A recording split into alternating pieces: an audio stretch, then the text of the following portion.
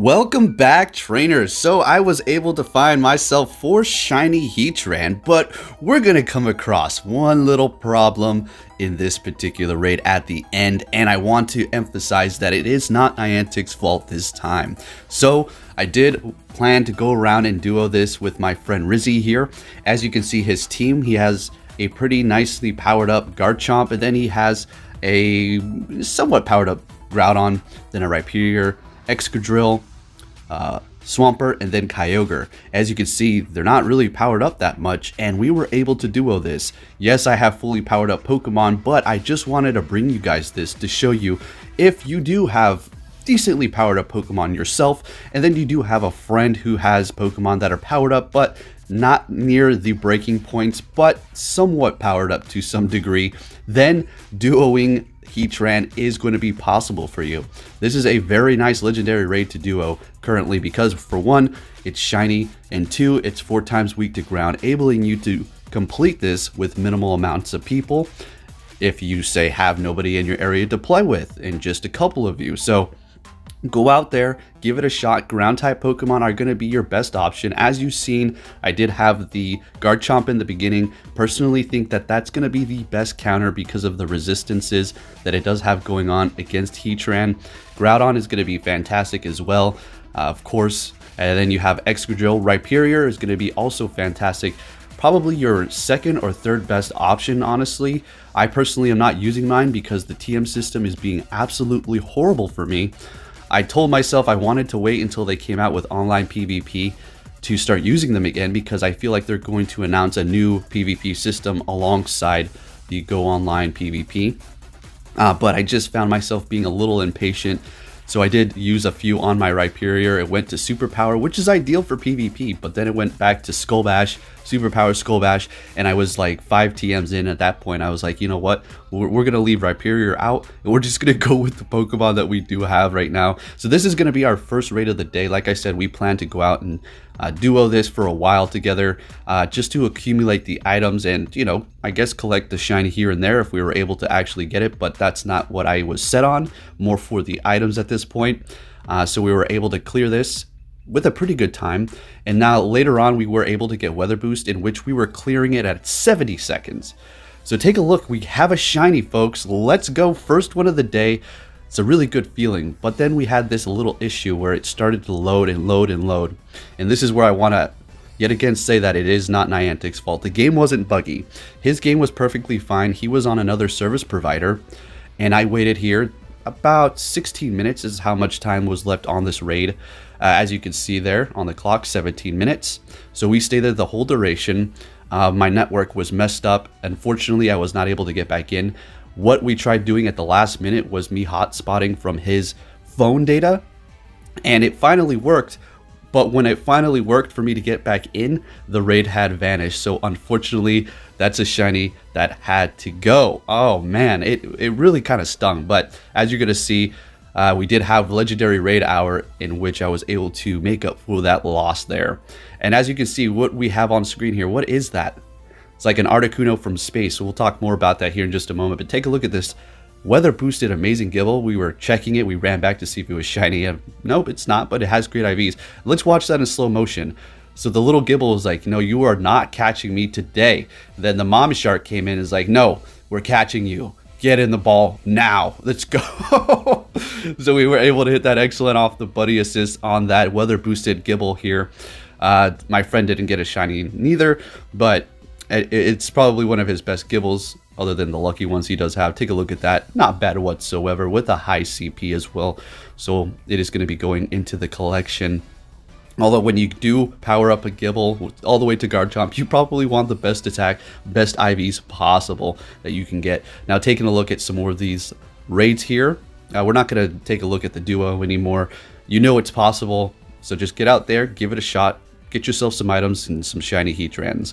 So the Articuno, this is a Galarian Articuno, and we're going to look at Moltres as well as Zapdos. This was just announced, and the reason why I'm talking about this is because we do have Galarian Pokemon in Pokemon Go. Currently just the Weezing, but there is more in the data that are going to be added fairly soon, I would assume. And it's only inevitable that eventually we're going to be getting pretty much all of these Galarian forms in Pokemon Go. So what do you think about that Articuno? It's pretty rad. It looks like something out of the 80s Articuno, right? I like it. It's got laser eyes. And then we have the Zapdos. It looks like something out of Final Fantasy, right? Right. I like these designs personally. They did come out with a few other ones, well, quite a few, but we're not going to really go too extensively over that. I just wanted to bring you some of the legendary Pokemon that they did showcase for the Pokemon Direct, because I do find this pretty interesting for us for the future. Seeing that, well, what are they going to have? Are they going to have new stats, new moves? I'm sure all of that is going to be coming along with them in Pokemon Go. So very exciting stuff. As you can see, Pokemon Go does have so much longevity. As the main series games comes out with new ideas, new Pokemon, we're going to be getting those down the line as well. Eventually, if you're thinking to yourself, well, it's going to come to an end. Well, obviously everything comes to an end, but as far as gameplay and longevity in Pokemon Go is concerned, and new technology, 5G in the future, mega legendary raids after everybody's connection and everybody has upgraded to phones, because yes, look at that, we got another shiny, amazing. 5G phones are going to be an upgrade. I mean, the current phones that you're running right now probably do not support 5G, so we're all gonna have to transition. I'm getting a little bit ahead of myself here. Very excited for the future, that's why. And I see that there is really no end in sight for Pokemon Go. As long as they keep up with technology and or push the envelope themselves, as Niantic has been doing with their investors, with their innovation, I see a whole lot of potential and fun for us down the line. So yeah, it's looking bright for Pokemon Go. At times it might not seem as fun. Oh, another shiny event. Oh, another this. They're just trying to tie us over and just keep us moving forward for bigger things. Anyways, as you can see, Legendary Raid Hour treated me very nice. So I'm currently sitting on 2 shiny weather boosted Heatran, and then the one that I did catch on day 1, as well as the one that I caught in the morning, but I didn't catch that. As you've seen, it ran away, but technically I would have had 4, so it ran away. That really stung. Like it was a little bit relieving knowing that it wasn't actually Niantic's fault and just my service provider, and it wasn't solely just me. Apparently many people were having issues with this specific cell phone company. They've always had problems, but yep, that it happens. And we're just going to take a look at the rest here. So as you can see, the Galarian Moltres does look pretty different from its original design. I do like this one quite a bit, and I'm also wondering what their shiny forms are going to look like as well. Very exciting. As well as new Dynamax Pokemon. We're going to probably get those in the future for Pokemon Go, I could imagine. Alright, so it's just a matter of time before that does approach. So taking a look at the Heatran collection here, as you can see, looking pretty good. I feel like my shiny odds for these are pretty amazing. Some people just have it on specific ones, and I feel like Heatran is that for me. Now, before we finish this video, I just want to show you my best buddy Pokemon. I was able to get Drapion here. As a matter of fact, I'm working on another one, and if you're wondering why, well, that's because its move pool is so big. I just want to get it over with and have a couple of them so I don't have to waste TMs on bouncing back and forth and not even getting the move I want. Garchomp is another solid option to go with.